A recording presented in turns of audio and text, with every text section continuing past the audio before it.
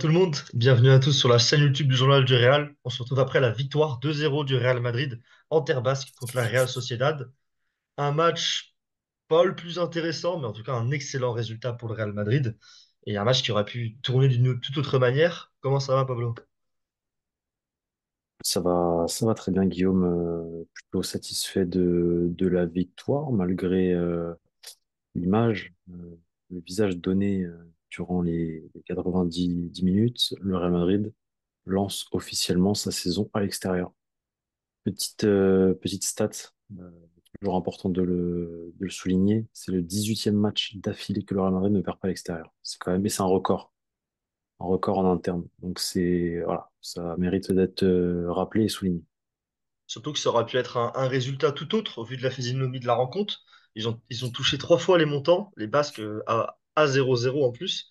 Et le Real s'en sort avec deux pénaltys qui sont évidemment là, hein. C'est évidemment impossible de dire qu'il n'y a pas pénalty sur l'une ou l'autre action. Mais notamment le premier, c'est quand même sur une frappe de loin, une main, un arrêt de gardien presque de la part de Javi Gomez, si je dis pas de bêtises.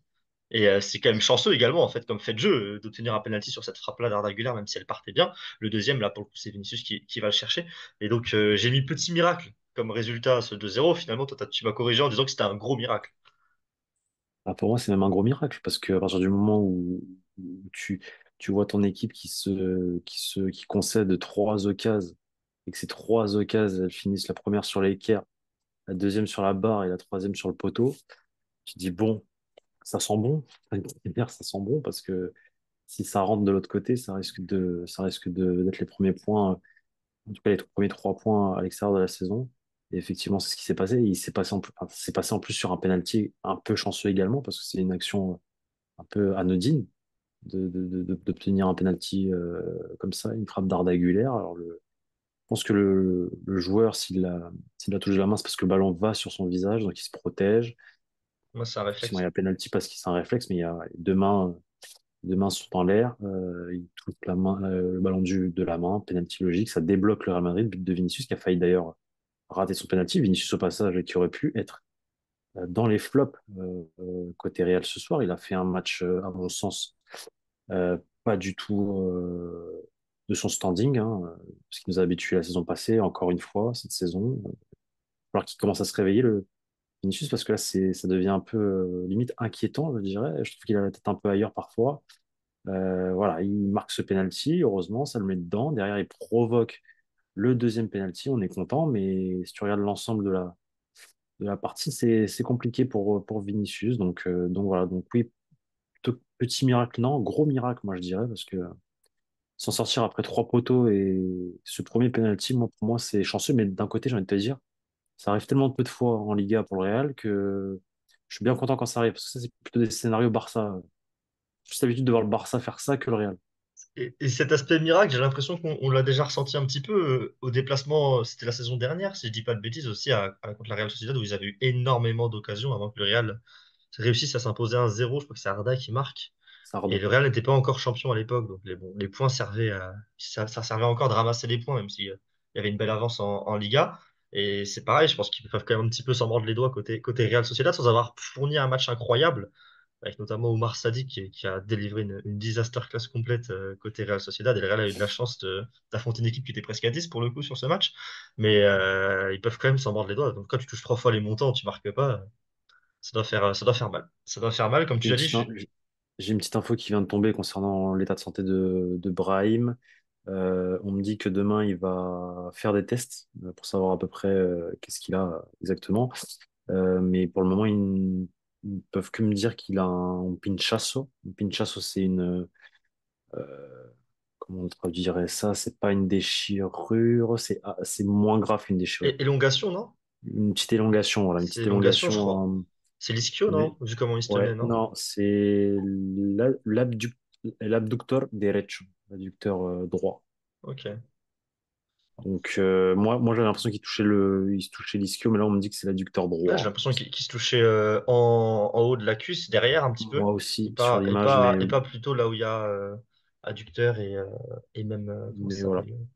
Donc bon, information que demain en gros il y aura des tests de fait. En tout cas c'est musculaire pour Arda Güler, C'est ce qu'on Brahim. pensait au vu de l'image, hein. Et pour Brahim, excuse-moi. Pour Brahim, excusez-moi, c'est pour Brahim. Par contre, l'image un peu plus inquiétante, c'est celle de Militao. Deuxième mi-temps, quand il s'est touché le genou. Moi, j'ai pas trop aimé. Donc, bon, il a fini le match quand même, mais à voir ce qui se passera, s'il a quelque chose ou pas, en fait. Pour toi Ou aussi, si hein, c'est juste une peur. a subi un contact également au Ouais, mais genou. Courtois, Après, ça il reste un s'est coup. remis. Ça Ça reste reste un un coup. coup, c'est quelque Ça chose reste de un moins coup. grave. On va voir pour ce qui est de Militao, s'il est resté sur la pelouse, c'est que ça devait quand même aller, logiquement. Un joueur qui a quelque chose de grave ou quelque chose de ligamenteux ou de musculaire, il ne reste pas sur la pelouse. En plus, dans un match qui était déjà gagné, il serait sorti, je pense, s'il y avait vraiment quelque chose.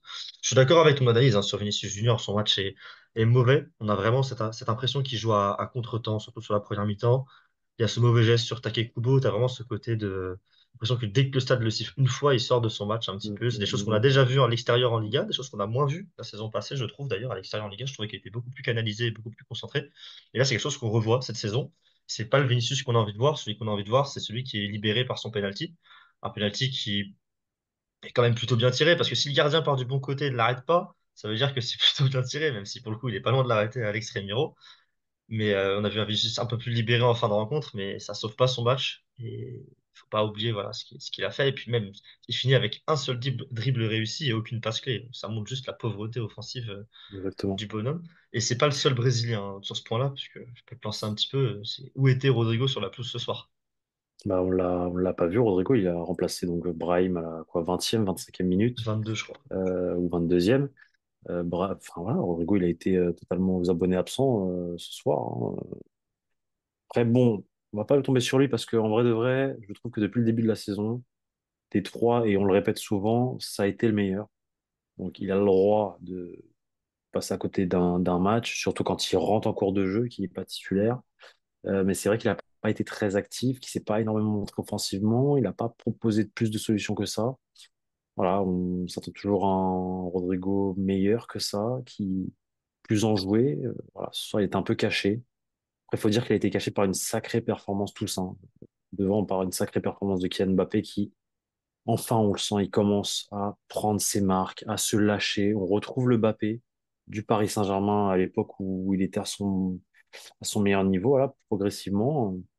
C'est un Mbappé intéressant qui réussit ses dribbles, qui réussit ses gestes, euh, qui, voilà, quand il tente, tu sens qu'il y a quelque chose qui peut arriver. Il fait deux frappes en première mi-temps qui sont arrêtés par Remiro. D'ailleurs, Alex Remiro, au passage, homme du match côté la Real Sociedad, je pense qu'on est d'accord sur ça. C'est lui qui sort quasiment tous Son les arrêt arrêts. sur Rudiger, impressionnant. Ouais. Son arrêt sur Rudiger, Militao aussi la tête à un moment donné. Bref. Après, en deuxième mi-temps, je crois que c'est en deuxième mi-temps, je crois que tu as le débordement côté gauche de Kylian Mbappé. Il crochette, il se remet sur son pied droit, il frappe. Et en fait, il est à deux doigts de refaire le même but que l'an passé Ouais. contre la Real avec le Non, PSG. je crois que c'est encore en première, c'est en fin de première période, si je dis pas de En bêtises. première mi-temps encore, ouais. Et moi, cette action, je la Et trouve. le ballon part loin. Ouais, et bah, parce qu'il il l'enroule pas assez, malheureusement, sur la finition. Mais cette action, je trouve que c'est le témoin qui montre que ce match-là, et en fait, l'évolution actuelle d'Mbappé, Ouais, c'est ouais. la virgule, en fait. C'est Ouais, oui, oui, c'est la prise exactement. de risque. En fait, la prise de risque sur la virgule, le fait qu'il prenne les choses en main, qu'il élimine et qu'il fasse ça, c'est quelque chose qu'on n'a pas vu encore au Real. Et on sort du coup cette montée en confiance et cette montée en puissance que tu décris. Et je trouve que cette action-là, c'est l'exemple parfait. Voilà, il a eu la confiance nécessaire et même le moment, l'idée nécessaire de faire cette virgule-là. Et c'est un geste qu'il n'a pas fait sur les 4 premiers matchs et qu'on ne le Exactement. sentait pas, en fait, être capable, entre guillemets, de faire. Même si on sait que footballistiquement parlant, il est capable de le faire. Toujours, c'est un joueur extrêmement technique, mais on ne le sentait pas capable dans l'esprit, dans la manière dont il abordait la rencontre. Et là, on l'a senti, on l'a vu le faire tout simplement, et donc on a pu le sentir capable, et il est récompensé par un but sur penalty ensuite, puisque la solution n'est pas venue dans le jeu, et le Real a eu du mal à lui procurer des occasions dans le jeu d'ailleurs, parce que c'est plutôt lui qui se les crée lui-même. Et, mais en tout cas, il est récompensé d'un bon match par un but.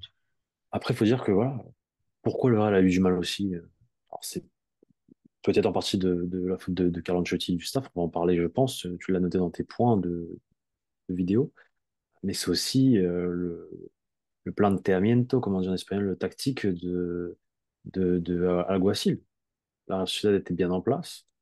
On disait, beaucoup de personnes disaient en avant-match, attention, la Real Sociedad, c'est pas la Real Sociedad de l'année dernière, ils ont perdu Le Normand, ils ont perdu Mikel Merino, ils ont perdu ci, ils ont perdu ça, il n'y a pas eu Arzabal, etc. Bah, au final, comme d'habitude, hein, la Real Sociedad, c'est une équipe difficile à bouger, hein. Ouais, certes, ils ont perdu des gros noms, de très gros noms, mais ça reste une équipe compliquée à jouer, encore plus dans son stade. Elle s'est procuré trois grosses occasions. Elle n'a pas marqué, mais le score aurait pu être tout autre, à mon sens. On est bien d'accord. Et comme dernier point pour la vidéo, j'ai mis une question que j'ai envie de te poser. Tu peux partir un peu dans plusieurs sens, je pense. En plus, c'est une question assez ouverte. C'est qu'a voulu faire Carlo Ancelotti, que ce soit avec sa compo sans Rodrigo, ou que ce soit même avec l'animation et notamment l'utilisation d'Arda Güler. Je te laisse partir un petit peu où tu as Moi, envie. je pense que c'est offensivement, c'était joué en transition, notamment avec les deux flèches devant, Vinicius et Mbappé en pointe. Je pense que l'idée, elle est là, avec Brahim à droite qui, pareil, à tout moment, il peut te sortir de la magie de ses pieds. Il y a du contrôle, une volonté de contrôler le jeu avec Arda. Moi, je pense que c'est une, voilà, une mise en place tactique pour justement jouer les transitions avec ces deux flèches devant, pour moi. Et pourquoi je te dis ça? Parce que je trouve que défensivement, moi, défensivement, mis à part ces trois occasions où la défense centrale principalement était un peu apathique, notamment Militao sur une ou deux occasions où ça finit sur le poteau.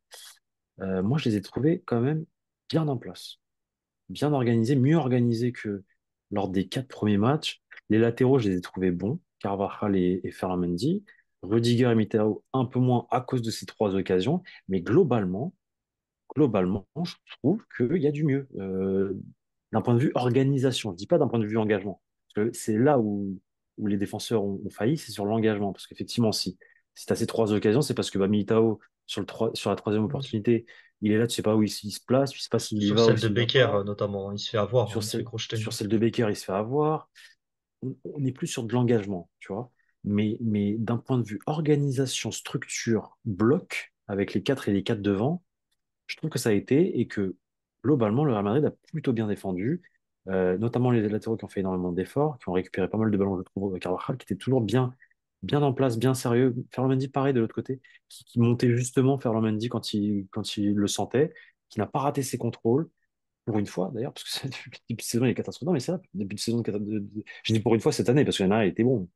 Cette saison, c'est cata, côté Ferland Mendy. Et on se dit, bah, finalement, ne pas être parti à Clairefontaine, ça lui a fait du bien, il a pu couper. Donc voilà, et Carvajal de l'autre côté qui fait un bon match. Alors, je ne leur mettrai pas 8 ou 9 tu vois, mais j'ai noté 6 sur 10 à Ferland Mendy. Je pense que c'est voilà, parce que c'est pas le meilleur Ferland Mendy qu'on on sait il est capable de mieux. Et Carvajal, pour moi, c'est le meilleur de la défense. Je lui ai mis un 7. Je suis totalement Parce que d'accord avec toi. je trouve que c'était plutôt bien organisé. Alors oui, effectivement, par contre, derrière, pour ça que j'ai mis un 5 à Militaos, parce que je trouve que bah, le Real Madrid aurait pu s'en prendre et il s'en prend pas parce qu'en face, ils ont pas le pied dans le bon sens, on va dire. Je me suis permis de piquer une expression en le créditant évidemment de Benjamin Da Silva pendant le match, à un moment de la sortie d'Arda Güler. Il a dit qu'Arda Güler avait été en difficulté malgré lui sur ce match. J'ai trouvé la formulation très belle et très simple pour résumer la rencontre d'Arda Güler. C'est quand même un joueur qu'on voulait voir aujourd'hui parce qu'il allait avoir un rôle quand même différent. Il l'a eu, mais je trouve qu'il a juste été mal utilisé par Carlo Ancelotti. Il est trop bas sur le terrain et il n'a C'est pas ce du que je tout voulais la te dire. possibilité de créer le lien fait milieu-attaque où Modric a réussi à le faire un petit peu quand même, puisque Modric a quand même réussi à créer quelques occasions, même si c'est au-delà des coups de pied arrêtés. Je trouve qu'Arda Güler était perdu un petit peu. Enfin, il y a vraiment un côté, on dirait que lui savait pas trop, ne comprenait pas trop les consignes, savait pas trop quoi faire. Et en plus que c'était pas son jeu d'être aussi bas sur le terrain, du coup il a pas pesé sur la rencontre, sans avoir été mauvais avec des pertes de balles qui coûtent cher ou qui coûtent des transitions ou quoi, ou même en ayant fait des fautes bêtes ou quoi. C'est juste qu'il a pas été utilisé de la bonne manière et on l'a bien senti. Effectivement, il y a plusieurs moments dans le match où tu sens que finalement Arda est dans le double pivot à certains moments. Valverde, il a un cran au-dessus. Je sais pas si les gens s'en sont rendus compte, mais surtout en phase sans ballon, t'as Valverde qui monte d'un cran, qui se positionne en tant que 10, c'est pour justement, je pense, faire ce pressing sur le porteur et Zubimendi. Et t'as Arda qui se place plus bas, en fait, qui se place sur la ligne de 2 avec Modric. Et en fait, pendant le match, je me souvenais de ce que tu me disais hier, parce que Carlo Ancelotti avait dit que, comme quoi, Arda ne pouvait pas jouer dans le double pivot. Bah, aujourd'hui, je trouve que sur certaines phases de jeu, notamment défensives, il a joué dans le double pivot. C'est Et voilà, c'est Carlo Ancelotti, il aime bien parfois te dire un Bah, truc pour aller de l'autre côté. ouais, Donc, bah, je suis plus d'accord avec le Carlo Ancelotti qui ment en conférence de presse que celui qui applique ses idées en match sur ce point-là, en tout cas. Parce que j'ai voilà, trouvé, quoi. après, ça a un sens, hein. Valverde est plus athlétique et plus tu Oui, récupères haut le non, ballon, bien plus tu as sûr, bien l'opportunité sûr, de lancer bien les sûr, attaquants et tout bien ça. sûr, Donc bien il y a sûr, une idée derrière. Et le bien problème, sûr. c'est que derrière, tu te demandes à un joueur qui est un ailier droit, slash numéro 10 slash 9 et demi, de couvrir les zones du Mm. milieu de terrain défensivement. Et en plus, c'est une équipe qui est habituée à avoir un Tchouaméni à cet endroit-là. Parce que encore, si tu demandais à Arda Güler de faire ça par moment, mais qu'il y avait Tchouaméni à côté, tu vois, je prends, ou Kamavinga même, pourquoi pas? Là, le problème, c'est que c'est Luka Modric. Luka Modric, dans les duels aujourd'hui, ça a été très difficile. C'est un duel remporté sur 6. Et là, on sent physiquement quand même, Luka, ça pêche un petit peu, tu vois, sur des matchs où il joue les 90 Bien sûr. minutes comme ça. Et du coup, moi, c'est plus globalement, c'est juste c'était presque un cadeau empoisonné, en fait, cette titularisation dans ce rôle-là, trop bas sur le terrain pour Arda Güler. Parce que même en attaque, il n'a pas tant l'opportunité de se projeter parce qu'il part de. C'est pas un joueur qui se projette, en fait, c'est un joueur qui reçoit le ballon dans une zone haute et qui l'exploite. Et là, il a dû se projeter. On a vu même Arda Güler courir avec le ballon. J'ai le souvenir d'une action où il se prend une faute, il continue, et après, il y a un tacle de Zubimendi. Et c'est pas son jeu. C'est il le fait, il sait le faire, mais c'est pas son jeu. Exactement. Je suis totalement d'accord avec toi sur ce point de vue-là. Et effectivement, à mon sens aussi, Carlo Ancelotti a ce soir mal utilisé Arda Güler. Espérons qu'il le soit mieux la prochaine fois. On va voir avec le retour de Pense. Bellingham potentiel contre Stuttgart, même si titulaire, pour l'instant, ça reste à vérifier. On verra ce que ça donnera pour les prochaines minutes d'Arda Güler. Mais en tout cas, ça fait presque 2 fois cette saison qu'il est mal utilisé parce que, rappelle-toi, contre Valladolid, on lui demande de coller la ligne toute la première mi-temps à droite. Et Ouais. pareil, il Ouais. pèse pas Mm, sur le mm, mm. match. Donc ça fait 2 fois qu'il est un peu trimballé par Carlo Ancelotti. C'est un joueur de 19-20 ans. C'est pas les choses qu'on préfère voir, je trouve, pour le développement d'un joueur, même si déjà il a des minutes et c'est déjà très bien quand même, évidemment, dans ce Real Madrid. Mais attention, attention, moi, je suis pas fan de, surtout quand on voit avec la Turquie le niveau qu'il présente, et quand on le voit même pas avec le Real Madrid par moment, je suis pas fan de ce côté un petit peu trimballé. Pour l'instant, il bouge C'est trop vrai. d'Arda Güler sur ce début de saison. C'est vrai. Sur ce, tu as quelque chose à rajouter? Non, bah écoute, je pense qu'on a fait le tour. J'ai pas, ouais, on a parlé de la défense. Moi, c'est surtout la défense dont je voulais parler. Au-delà des joueurs entre guillemets qui ont fonctionné devant. Thibaut Courtois, bah, ouais, heureusement qu'il fait les poteaux. Il a fait ses arrêts quand il le fallait. Il a fait une Non, bonne rien à prière ajouter. Je avant, pense il a que fait une belle c'est, prière avant la rencontre, ouais, je pense. je pense que non, je pense qu'on a fait le tour et que, bah, on va rester sur le positif parce qu'il faut toujours rester sur le positif. C'est que le Real Madrid remporte sa première victoire à l'extérieur et que ça fait du bien après deux nuls à Majorque. Et c'était quoi le Las deuxième match? Palmas, Las À Las Palmas. Palmas, exactement, un partout les Ouais. deux. Donc bonne nouvelle, le Real Madrid a enfin 3 points à l'extérieur et pas n'importe où. À la Real Arena, on en parlait en avant-match. Ce serait bien de commencer cette bonne dynamique à l'extérieur en remportant ce premier match là-bas. Donc c'est mission accomplie maintenant. Focus sur Stuttgart, match Et que tu vas couvrir avec ton plus grand professionnalisme pour le journal du Real. c'est ça, et ça lance un stretch de 3 matchs à domicile en plus, là. Stuttgart, Espagnol, Alaves, et ensuite le derby. Donc ça reste à Madrid encore, même si là, pour le coup, ce sera Wanda et pas Civitas, pardon, Metropolitano, et non au Bernabéu. Mais en tout cas, les joueurs vont pouvoir rester à Madrid pendant 10 jours, là, pour le coup. Donc, bonne nouvelle pour Bonne avoir un nouvelle. petit peu de continuité sur l'entraînement, pas de fatigue supplémentaire, en espérant que Brahim récupère vite également. Sur ce, J'aurai merci des infos Pablo. assez, j'aurai des infos assez rapidement pour Brahim. On en parlera rapidement. Merci Pablo de m'avoir accompagné tout au long de cette vidéo. Merci à vous d'avoir regardé jusqu'au bout. Dites-nous en commentaire votre homme du match, même si je pense que beaucoup vont choisir Mbappé pour sa bonne performance. Nous, en tout cas, c'est le nôtre. Et dites-nous si vous retenez plutôt le positif du résultat ou plutôt le négatif dans les aspects qu'on a vus aujourd'hui du Real Madrid qui n'étaient pas bons. Et puis, on se retrouve très bientôt sur la chaîne YouTube du Journal du Real. Merci à vous. Ciao. Ciao les mecs.